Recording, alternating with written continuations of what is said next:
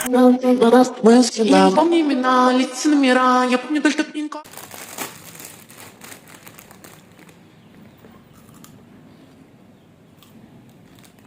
हफ्सा से project discuss करना था।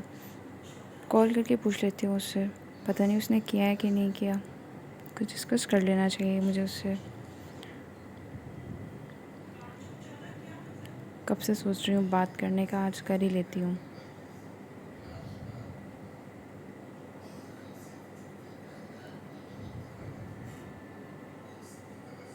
क्या हो गया, ऐसे ये कॉल क्यों नहीं उठा रही? हद हो गई भाई, मेरी कॉल पिक नहीं की। मतलब क्या हो गया आजकल के लोगों को, दोस्ती के नाम पे ना सब फजूल हैं। मतलब कॉल अटेंड नहीं की, क्या हो जाता अगर 1 मिनट कॉल अटेंड करके मुझसे बात कर ली थी? मैंने कौन से लंबी लंबी गप्पे लगानी थी? सारे रिश्ते आजकल फ़ुज़ूल हो गए हैं और दोस्त तो बिल्कुल ही फ़ुज़ूल हो गए हैं। और मैं तो दोस्तों के मामले में इतनी अनलकी हूँ कि बस पूछो ही मत। आज तक कभी कोई अच्छा सच्चा और लॉयल दोस्त तो मिला ही नहीं मुझे। दोस्ती का रिश्ता तो मेरे लिए है ही नहीं। और ये मैं कुरकुरे क्यों खा रही हूँ? तुम्हें पता नहीं है कुरकुरे में प्लास्टिक शामिल होता है, पेट में जाके घुलता नहीं है, पेट का कैंसर हो जाएगा। फजूल में कुरकुरे खाने लग गई हो, छोड़ो ये कुरकुरे। ये क्या तुम अपने बालों को लेकर इतना इतरा रही हो? छोटे बाल कटवा कर ना परकटी लग रही हो।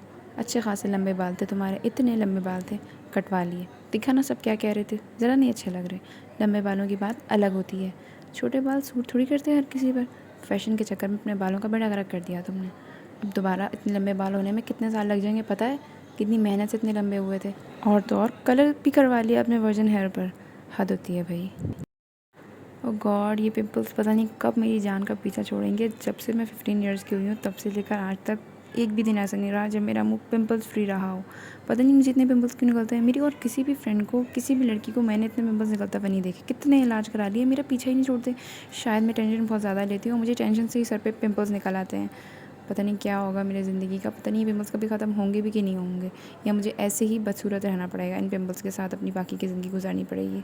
खैर क्या ही कर सकते हैं अब। ओ गॉड, अब कुछ और नहीं है करने को तो थोड़ी ओवर थिंकिंग ही कर लेती हूँ। पता नहीं आजकल के लोग इतने बुरे क्यों हो गए हैं। सब लोगों को मैं ही दिखती हूँ, इतनी अच्छी हूँ मैं, और सब मेरी अच्छाई का कितना फ़ायदा उठाते हैं। हमेशा मेरे साथ गलत होता है, हर रिश्ते में मुझे धोखा मिलता है। मतलब कि सिर्फ मैं ही रह गई हूँ धोखे के लिए। कोई वैल्यू नहीं है मेरी, मतलब ना कोई मुझसे प्यार करता है, ना कोई मेरी कदर करता है। सबको बस अपनी पड़ी रहती है। मैं सबसे कितना प्यार करती हूँ, सबका कितना ख्याल रखती हूँ, और सब मेरे साथ पता नहीं बिल्कुल भी अच्छा नहीं करते। ये लोग मुझे डिज़र्व ही नहीं करते हैं। ये लोग क्या, कोई भी मेरी लाइफ में मुझे डिज़र्व ही नहीं करता है।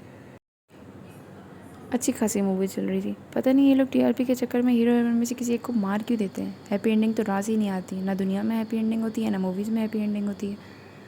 मैं अगर डायरेक्टर बन गई ना तो सिर्फ और सिर्फ हैप्पी एंडिंग ही करूँगी। ये सैड एंडिंग मुझसे नहीं बर्दाश्त होती बिला वजह। खैर मुझे क्या। ओहो, ये स्ट्रॉबेरी कहाँ चली गई? अरे इतनी जल्दी मेरी स्ट्रॉबेरी फिनिश हो गई, अभी तो सिर्फ 3 स्ट्रॉबेरी खाई थी मैंने। कहीं इस कमरे में मेरे अलावा कोई और तो नहीं जो बैठ के मेरी स्ट्रॉबेरीज़ खा रहा है?